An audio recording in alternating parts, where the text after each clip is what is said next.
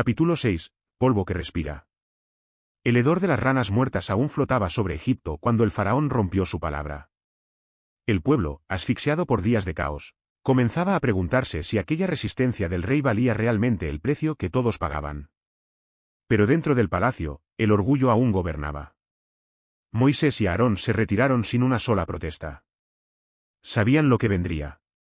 Sabían que el Dios que enviaba señales no era un Dios que retrocediera. A la mañana siguiente, el cielo amaneció con un tono amarillento, como si el mismo sol hubiera adoptado el color del desierto. Moisés recibió la instrucción divina, y sin pronunciar palabra, se acercó junto a Aarón a un gran campo de tierra agrietada. «Extiende tu bastón», ordenó Moisés. «Golpea el polvo de la tierra». Aarón levantó el bastón. El aire estaba tan quieto que podía oírse el latido de sus propios corazones. El golpe resonó como un trueno seco. Y entonces, lo imposible ocurrió. El polvo comenzó a moverse. Primero como un temblor diminuto, luego como un murmullo extendido por la tierra. Motas de arena se agitaron, se elevaron, se arremolinaron, y empezaron a tomar forma. Pequeñas criaturas, casi invisibles al principio, comenzaron a brotar del polvo. Millones de ellas. Pululaban sobre la tierra, sobre las rocas, sobre los arbustos, sobre la piel de hombres y animales. Eran piojos, nacidos de la misma tierra, como si la creación se hubiera dado vuelta para provocar a Egipto. Los animales corrían desesperados. Los niños lloraban rascándose sin descanso. Los sacerdotes, obsesionados con la pureza ritual, gritaban al ver sus propios cuerpos cubiertos por aquellas diminutas plagas vivientes. Los magos del faraón intentaron imitar la señal. Intentaron recitar fórmulas, mezclar ungüentos, invocar espíritus. Pero nada. Nada. Uno de ellos, sudoroso y aterrorizado, cayó de rodillas ante el rey. Esto es el dedo de Dios», exclamó. El faraón sintió un escalofrío recorrerle la espalda. Había escuchado esas palabras antes, de otras bocas, en otros tiempos. Pero no dejaría que el miedo fracturara su poder. «¡Basta de supersticiones!», gritó, aunque su voz tembló apenas. «No dejaré ir a Israel». Moisés lo observó en silencio mientras se retiraba. Pero en sus ojos no había ira. Había dolor. Porque sabía que, con cada obstinación del faraón, la próxima señal sería más dura, más devastadora, más imposible de ignorar. Y Egipto estaba a punto de entrar en la oscuridad del conflicto divino. Página 7/20, enjambres en el aire. El sol se alzó sobre Egipto con un brillo extraño, casi blanco, como si el cielo se hubiera lavado durante la noche. Pero la calma era un engaño. El silencio, una advertencia. Porque cuando el faraón volvió a negar la libertad del pueblo, una nueva orden divina descendió sobre Moisés. «Mañana», le dijo Dios, «el aire de Egipto se llenará de enjambres. Y sabrán que yo hago distinción entre mi pueblo y el suyo». Aquella palabra resonó como un tambor oculto en el corazón del desierto. Cuando llegó el amanecer del día siguiente, las primeras señales fueron casi imperceptibles. Un zumbido suave, una vibración que se sentía más en la piel que en los oídos. Los guardias del palacio miraron al cielo con desconfianza. Luego, el sonido creció. Y creció. Y creció. Hasta convertirse en un rugido viviente que descendió desde el horizonte como una tormenta negra. Enjambres. Nubes de insectos voraces surgían desde los cuatro vientos, moscas enormes, veloces y agresivas, que parecían moverse con voluntad propia. Sus alas producían un ruido semejante a miles de tambores golpeando al unísono. Entraron por las ventanas, por los establos, por los mercados. Cubrieron los rostros de los animales. Se posaron sobre las comidas, sobre los ídolos, sobre los soldados. Egipto quedó envuelto en una sombra zumbante. Mientras tanto, en la región de Gosén, donde vivían los hijos de Israel, no cayó ni una sola mosca. Las casas permanecían limpias. El aire era claro. El pueblo miraba hacia el oeste con asombro, y también con temor. Era la primera señal clara de una división divina entre opresores y oprimidos. En el palacio, el faraón se vio obligado a cubrirse el rostro. Las moscas se alzaban en su corona, se posaban en sus hombros, se metían entre los pliegues de su manto. Finalmente explotó. «Traigan a Moisés». Cuando los hermanos llegaron, el faraón estaba en pie, agitado, en medio de un remolino de insectos. Pueden ofrecer sacrificios a su Dios, pero dentro de mi tierra, propuso, desesperado, sin soltar completamente el control. Moisés negó con firmeza. No. Los sacrificios que ofrecemos son abominación para los egipcios. Debemos ir al desierto, tal como el Señor ordenó. El faraón respiró hondo, tragándose su orgullo. Está bien, dijo finalmente. Vayan, pero quiten esta plaga. Moisés oró, y al caer la tarde, los enjambres desaparecieron con una rapidez casi sobrenatural.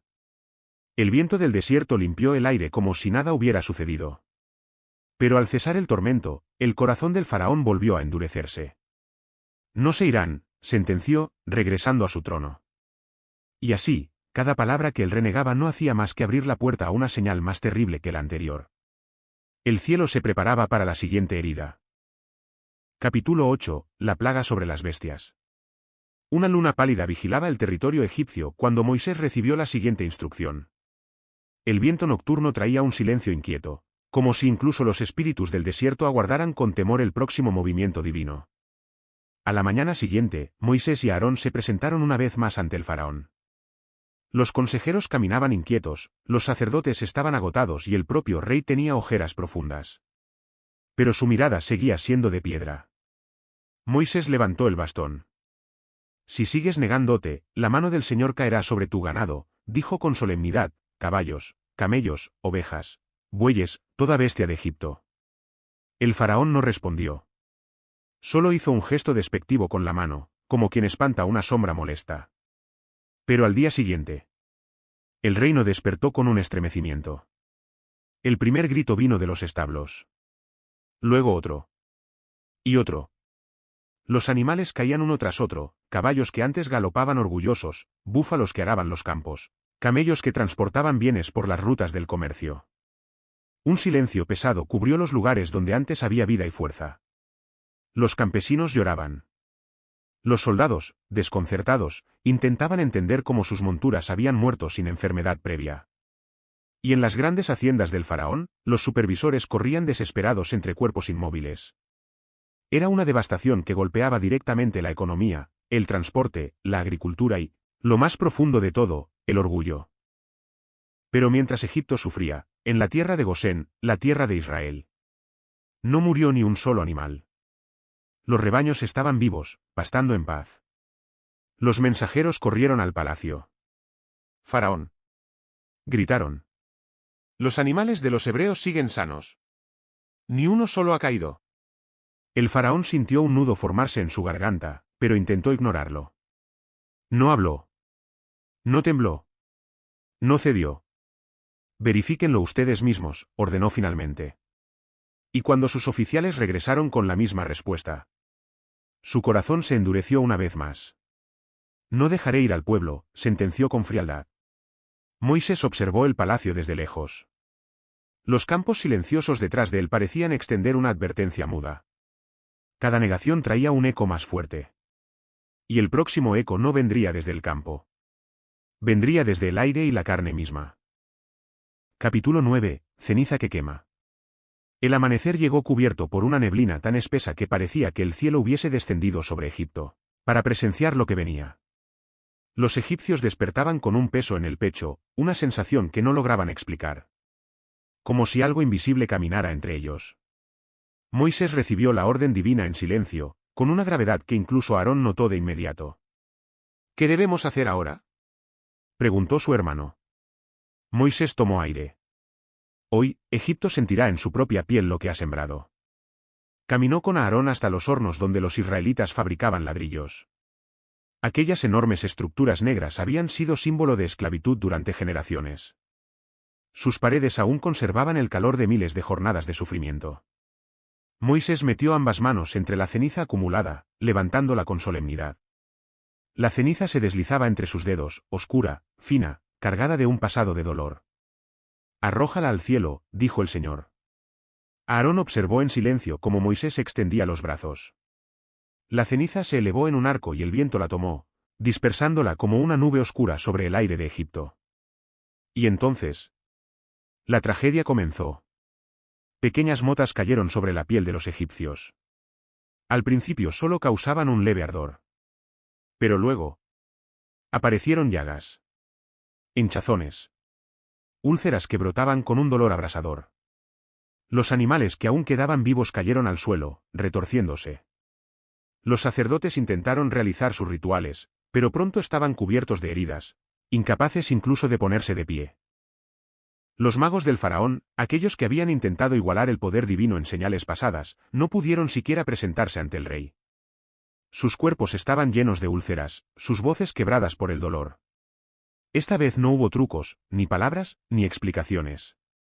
El faraón presenció la escena desde su trono, impotente, viendo a consejeros, soldados y sirvientes arrastrarse buscando alivio. Por un instante, solo un instante, un destello de miedo cruzó por su mirada. Pero el miedo no fue suficiente. No, dijo, con los dientes apretados. No cederé. Sus palabras cayeron como plomo en el aire, sellando el destino del reino. Porque a cada negación, Dios respondía con una señal más grande, más clara, más innegable. Y la siguiente no solo golpearía los cuerpos. Golpearía el cielo mismo. Capítulo 10, el cielo desatado. Egipto apenas se recuperaba del dolor que ardía en su piel cuando Moisés recibió una nueva instrucción. Esta vez, el mensaje no era sutil. No era una advertencia silenciosa. Era un anuncio de poder absoluto. Moisés, dijo el Señor, preséntate ante el faraón y dile: ¿hasta cuándo te negarás a humillarte? Mañana haré caer sobre Egipto una tormenta como jamás se ha visto desde su fundación. El aire estaba cargado. Los vientos parecían girar, inquietos, como si el cielo mismo estuviera conteniendo la respiración. Moisés y Aarón se presentaron ante el faraón al amanecer. La luz dorada entraba por los ventanales del palacio, pero incluso aquel resplandor parecía opaco. Si no dejas ir a mi pueblo, declaró Moisés, granizo caerá del cielo. Destruirá hombres, bestias y todo lo que esté a la intemperie. Los consejeros intercambiaron miradas tensas. Uno de ellos dio un paso al frente, temblando. Mi señor, quizás deberíamos escuchar. Era la primera vez que alguien osaba decirlo tan claramente. Pero el faraón lo ignoró. El orgullo lo elevaba más alto que cualquier montaña, incluso cuando esa altura lo colocaba directamente bajo el rayo del juicio divino. Ese mismo día, Moisés levantó su bastón hacia el cielo. El aire se volvió frío. El cielo, oscuro. Una nube negra, espesa como el hierro fundido, se formó sobre Egipto. Y entonces, el primer trueno desgarró el firmamento. El sonido fue tan poderoso que los niños lloraron, los animales huyeron, los soldados soltaron sus lanzas. Un resplandor azul cruzó el cielo, seguido por otro, y otro. Luego cayó la primera piedra de granizo. Del tamaño de un puño humano. Después otra. Más grande. Y en cuestión de segundos, el cielo entero se desplomó sobre Egipto. Era una tormenta que no pertenecía a este mundo. Hielo ardiente. Rayos que parecían partir la tierra en dos. Golpes devastadores que destruían techos, arrancaban árboles, mataban ganado, despedazaban cultivos enteros. El granizo caía con furia sobrenatural. Los campos quedaron convertidos en un mosaico blanco y destrozado. Las caravanas se detuvieron, los barcos fueron volcados, la gente corría en desesperación buscando refugio.